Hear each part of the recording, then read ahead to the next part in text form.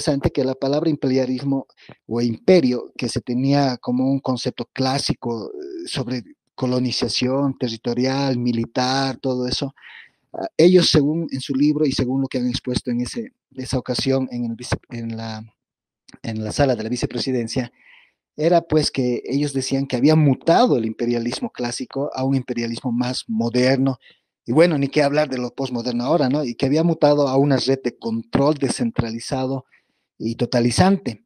Entonces, muchos creían que ese poder totalizante, esa red de control, siempre venía de la mano de Estados Unidos. Ahí está Santiago Camacho, un español, un escritor español que escribe Las cloacas del imperio, que más o menos trata de hacer ver eso, ¿no? Que toda la agenda, que todo el control, todo el monopolio del poder no está polarizada, simplemente es totalizante de Estados Unidos, porque Estados Unidos está encargado de dominar el mundo, es su, es su misión como país, ¿no? Y eso se les enseña a los niños de allá, se los enseña en las escuelas, hay muchos documentales que tratan sobre eso.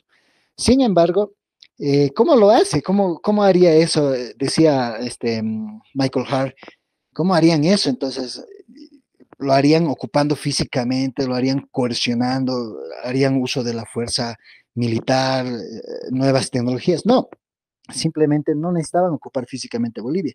Lo que decían ellos, Michael Hart, Tony Negri, decían que bastaba con controlar procesos electorales, bastaba con controlar la economía extractivista o bastaba con controlar las conciencias de los ciudadanos, ¿no? Y esto lo hacían con los medios de comunicación, esto se podía hacer con la deuda externa, ONGs que dice José, y ciertas guerras psicológicas, ¿no? La famosa ingeniería social que nosotros conocemos. Y es muy interesante esta parte, más que todo, esta forma de dominar, porque esto deriva, ¿no? De Gramsci, ya desde Gramsci la hegemonía, el poder ya no se imponía solo por la fuerza, sino se imponía por un consenso cultural, por un consenso moral e ideológico, y eso, esa es la clave de Gramsci, ¿no?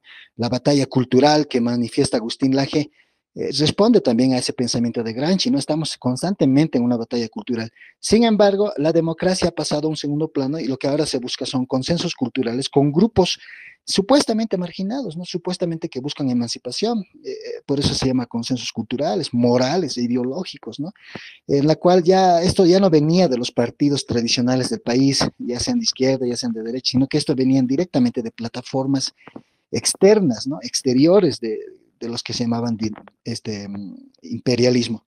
Y estas fundaciones o estas ONGs o estas organizaciones sin fines de lucro trataban de asociar, parece, o tratan de asociar, parece, el progreso, la democracia y los derechos conforme a lo que nosotros necesitamos, ¿no? Entonces, esos son, más que todo eso es lo que entiendo de José, lo que trata de hablar acerca de las condiciones económicas con las cuales podían aceptar proyectos, podían invertir proyectos y podían emancipar a grupos marginados.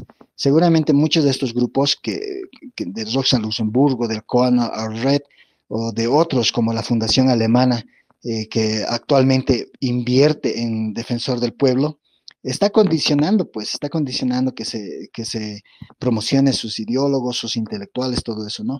Entonces, parece que el imperialismo no busca solamente someter y promover sus proyectos, sino que lo que busca es dominar al país bajo esas condiciones socioeconómicas y bueno, pues desde ahí ya tener el dominio y el poder de esta situación. Eso es lo que quería decir y estoy totalmente de acuerdo en que estas agendas, estos puntos que ha citado, los 8 puntos que ha citado Anatoly, son muy importantes que deberíamos analizar qué sucedería si ocurrieran estas situaciones. Gracias. A ti, Sergio. Juan Manuel. Bueno, algo breve sobre el José cuando mencionaba el tema de las financiaciones. eh, Hay dos órganos importantes de estos órganos supranacionales, la ONU y la OEA. En el tema de la OEA, que sería la más importante en nuestro sistema interamericano, tiene su sede en Washington, en Estados Unidos. Históricamente, en un inicio, por ejemplo, tiene una bastante forma de creación porque alberga en primer lugar a todos los estados latinoamericanos, pero curiosamente los Estados Unidos no es parte, o si bien ratifica las primeras convenciones, no ratifica la competencia de la Corte porque sería el caso más vinculante. Aquí es un caso paradigmático porque se lo va a ir en contra del tema de la justicia punitiva que hay internamente dentro de los Estados Unidos. Porque históricamente Estados Unidos tiene ya un sistema jurídico bastante interesante y diverso, pero asimismo es esta la que financia la mayoría de estos órganos supranacionales, más allá de los aportes voluntarios que hacen los países. Por ejemplo, es una noticia bastante reciente que Bolivia pierde, por ejemplo, su voto ante la ONU porque no ha pagado la cuota de 2 años, si no me equivoco, y por eso básicamente ha perdido el derecho al voto.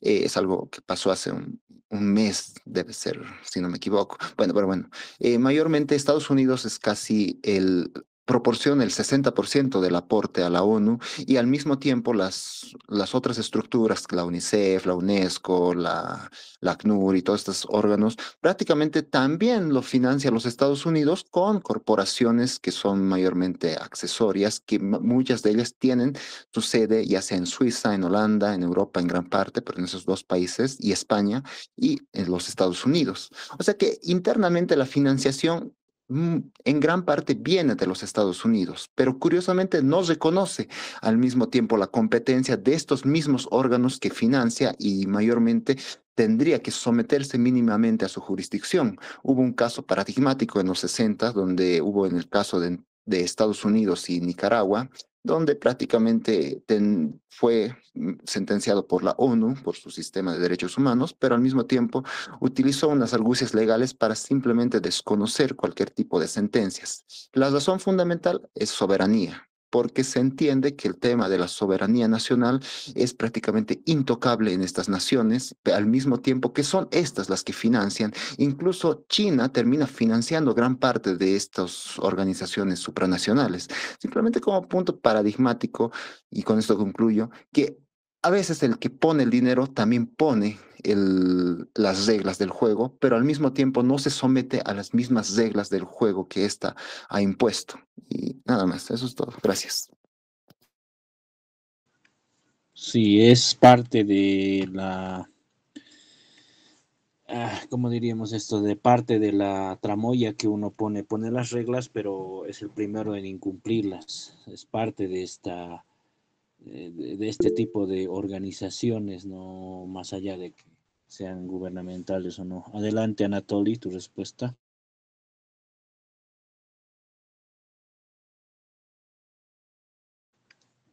Anatoly, adelante. Yo tocaba uno de los puntos fundamentales en la agenda para la modificación de la realidad de los estados, era la modificación del marco jurídico.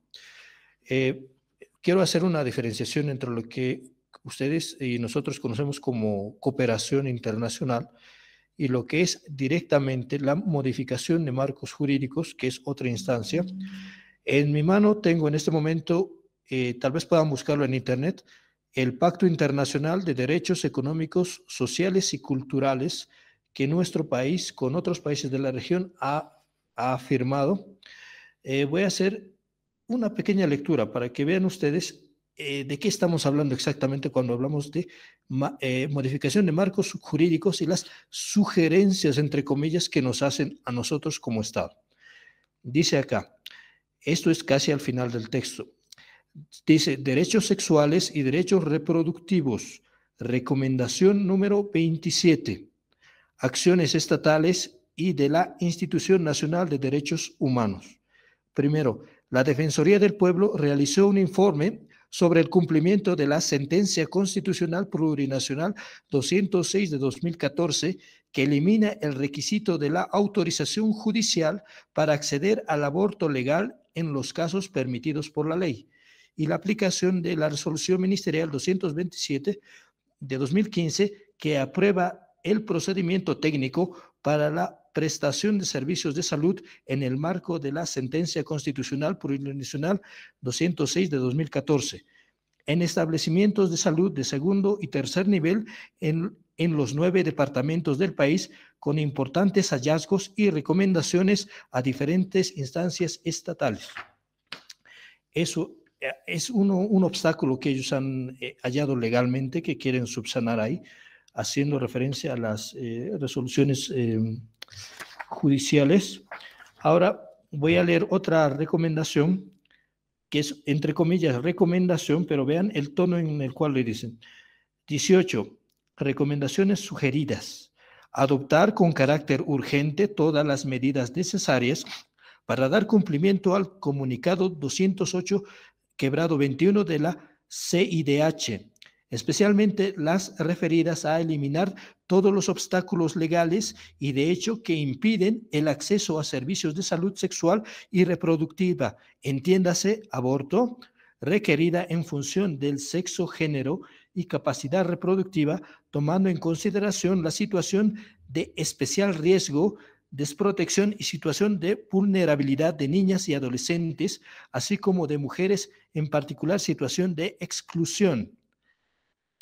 Atención de salud integral hacia las mujeres sobrevivientes, incluida la atención psicológica, la anticoncepción de emergencia y la interrupción voluntaria del embarazo, al tomar en cuenta el incremento de violencia sexual en el contexto de la pandemia COVID-19 y acceso pleno a los servicios de salud sexual y reproductiva con enfoque de género e interseccional que incluya el acceso a información veraz y a la educación sexual integral necesaria para que la mujer, niña y adolescente pueda tomar decisiones libres e informadas. Como ven ustedes, el tono en el cual se maneja la información, prácticamente están diciendo que es imperativo que se facilite todo el marco legal necesario para que el aborto sea algo aplicable y practicable de inmediato en nuestra sociedad. Inclusive han metido ahí lo del COVID-19 como un factor más para incrementar la eficiencia de esto, la urgencia de esto. A esto es a lo que me refería. El cambio de nuestra jurisdicción no es casual y la relación con la cuestión del límite del crecimiento tampoco es casual. Ustedes conocen que esto de la ley del aborto que defiende la señora de Mujeres Creando, la señora también tiene ahí su línea. Eso viene de afuera. No, las instancias de cooperación no se encargan de eso directamente. Esto es lo que pasa por detrás, esto es lo que pasa con el poder real, lo que nosotros no vemos.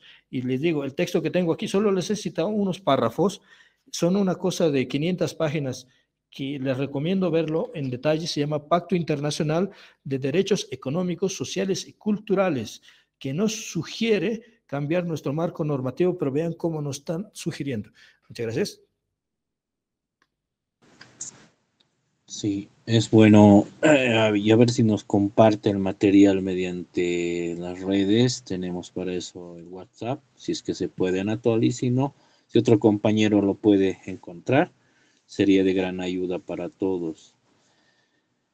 Es bastante amplio el tema, cómo es que incluso esto de las ingenierías sociales también están dentro, y el caso de las pandemias y las vacunas, que hasta ahora se tiene la gran duda de quienes se han hecho vacunar más supuestamente van a padecer los efectos de aquí a 10 o 20 años, si es que no tienen una edad tan avanzada, cosa que es parte, diríamos, de estas agendas. Lo que se nos viene también como privaciones de libertad o fomentos a otras libertades como las sexuales que mencionaba Anatoly, también marcan lo que podría ser una época en la que se están degenerando las cosas, pero a un nivel que históricamente no se ha visto hace, diríamos, mucho tiempo. Es preocupante cómo es que primero se ha hecho, sobre todo en los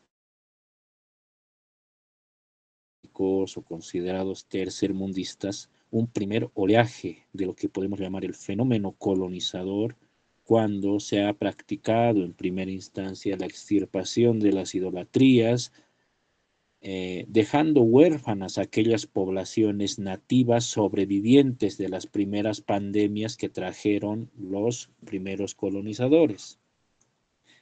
Aquellas poblaciones que aún resistieron a las enfermedades y tuvieron que